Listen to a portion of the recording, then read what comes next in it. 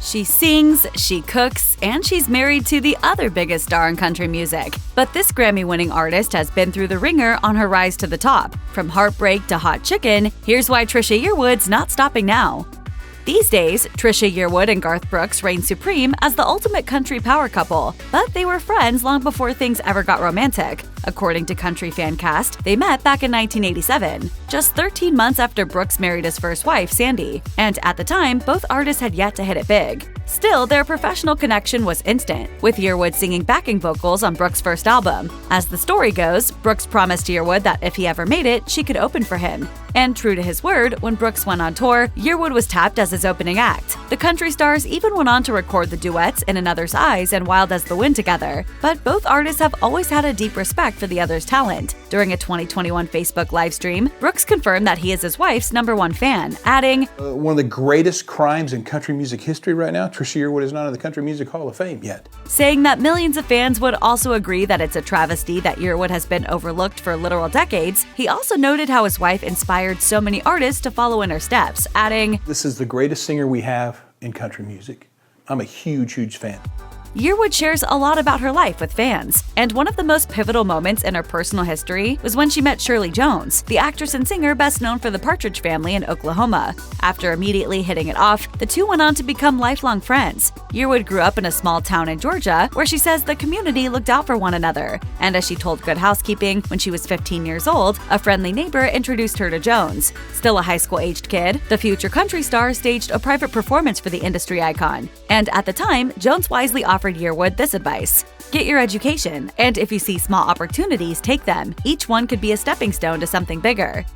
Years prior to linking up with Garth Brooks for life, Yearwood experienced 2 failed marriages. According to Country Weekly, before she became a household name, she first wed Chris Latham in 1987, ultimately splitting by 1992. Then her marriage to the Mavericks Robert Reynolds in 1994 ended in divorce just 5 years later. While it might be easy to look at her relationship with Brooks these days and assume that all that former heartbreak was for the best, Yearwood struggled with feelings of deep guilt over her failed marriages. As she wrote in an essay for Good Housekeeping, "Divorce is so common and accepted in America that beating myself up over it may sound ridiculous. But I was raised to believe that divorce wasn't an option. To me, divorce equaled failure."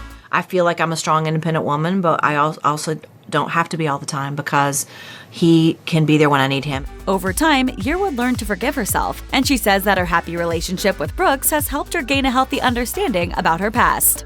Any respectable fan of Trisha Yearwood knows all the words to her hit single How Do I Live, but you might also remember that LeAnn Rimes released a competing version of the song on the very same day as Yearwood. The two singles went head-to-head, immediately sparking rumors of a feud between the singers. But it appears that it was never Yearwood's idea to compete. Taste of Country noted that Rimes originally recorded the single for the 1997 movie Con Air. But back then, Rimes was a 15-year-old megastar, and producers ultimately decided they didn't want a minor singing on their R-rated film. After Yearwood was tapped to record the track, Rimes' team still released her version, which sparked a rumored battle. Still, Yearwood claims it was all a misunderstanding, telling the Chicago Tribune, "There's this kind of gentleman's agreement that if somebody has it, you don't mess with it. But in this case, I didn't think she had any kind of permission from the film's producers, Touchstone Pictures, to do that. So I wasn't worried about it." And I'm like, dude, who does that? Despite the dust-up, both songs saw massive success. Rimes' version stayed on the Billboard Hot 100 for 69 weeks, and Yearwood's take top country charts, and earned her a Grammy for Best Female Country Vocal Performance.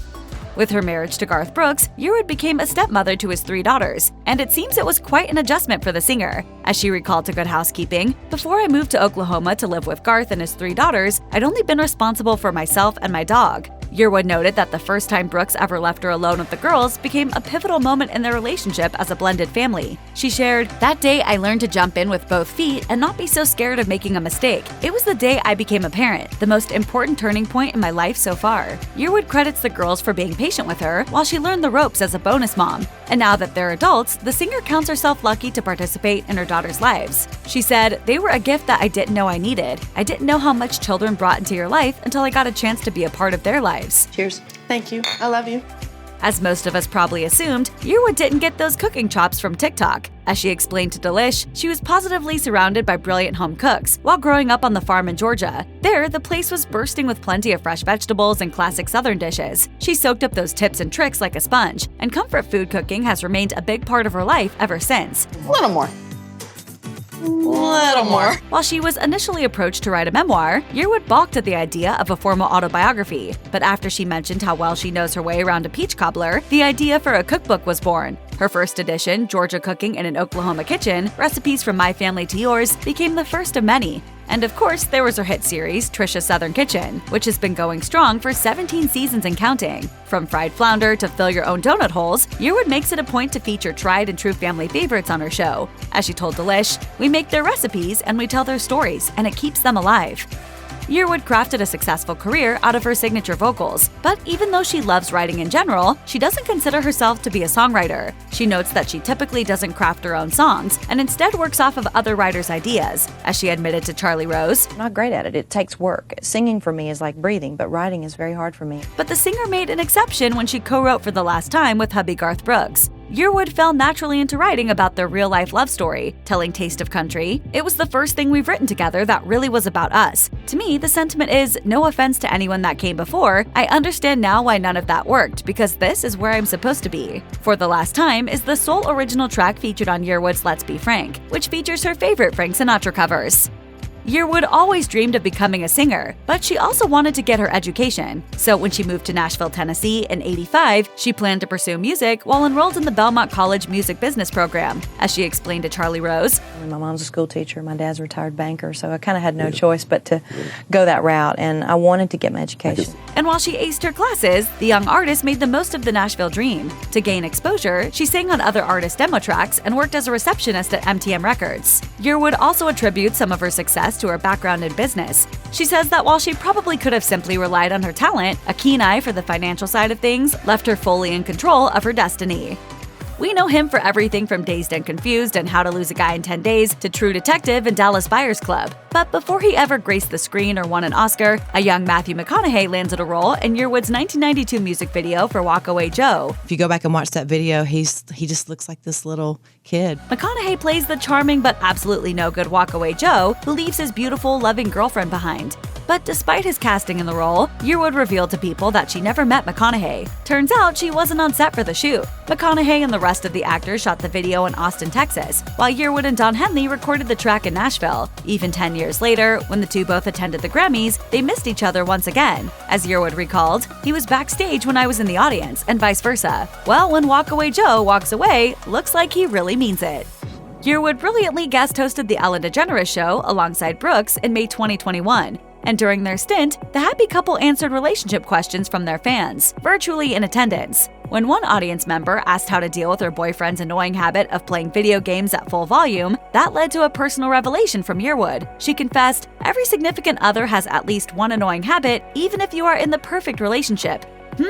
She went on to explain that her own hubby's quirk is that he whistles, a lot, and sometimes for several hours at a time. Yearwood laughed, "He actually told me to stop telling him not to whistle because it takes away his joy." But wait, she still proved they're truly meant to be, and how she has learned to manage her feelings about the whistling. Now, instead of calling him out, she just starts singing a new tune to change his own. Looking forward to the album where Garth Brooks and Trisha Yearwood whistle and sing a duet. During the 4th season of her Food Network show, Trisha's Southern Kitchen, Yearwood sat down to chat with the outlet and serve up the hot gossip on her life. And while she happily talked about her favorite recipes, biggest cooking fails, and best life advice, she also revealed she's pretty much Kelly Clarkson's #1 fan. She admitted that Linda Ronstadt had been her musical hero while growing up, but more recently she's been totally into Clarkson's work, adding, "Her voice is so powerful, amazing, and emotional, and the love seems to be mutual." The two even sang a duet on Yearwood's 2019 album, Every Girl. Then they reunited on The Kelly Clarkson Show to reminisce about recording together, and Yearwood just couldn't get over Clarkson's talent. It's just amazing what you bring. And I know you could probably, everyone you sing with, you make them sound better, but I love our voices together. Oh my God, I do love too. singing with you.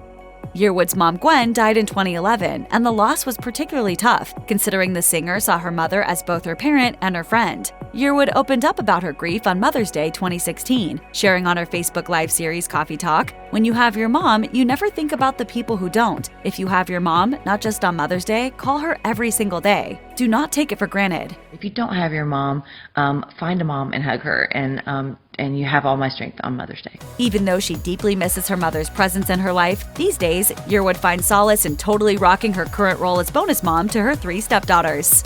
check out one of our newest videos right here. Plus, even more list videos about your favorite celebrities are coming soon. Subscribe to our YouTube channel and hit the bell so you don't miss a single one.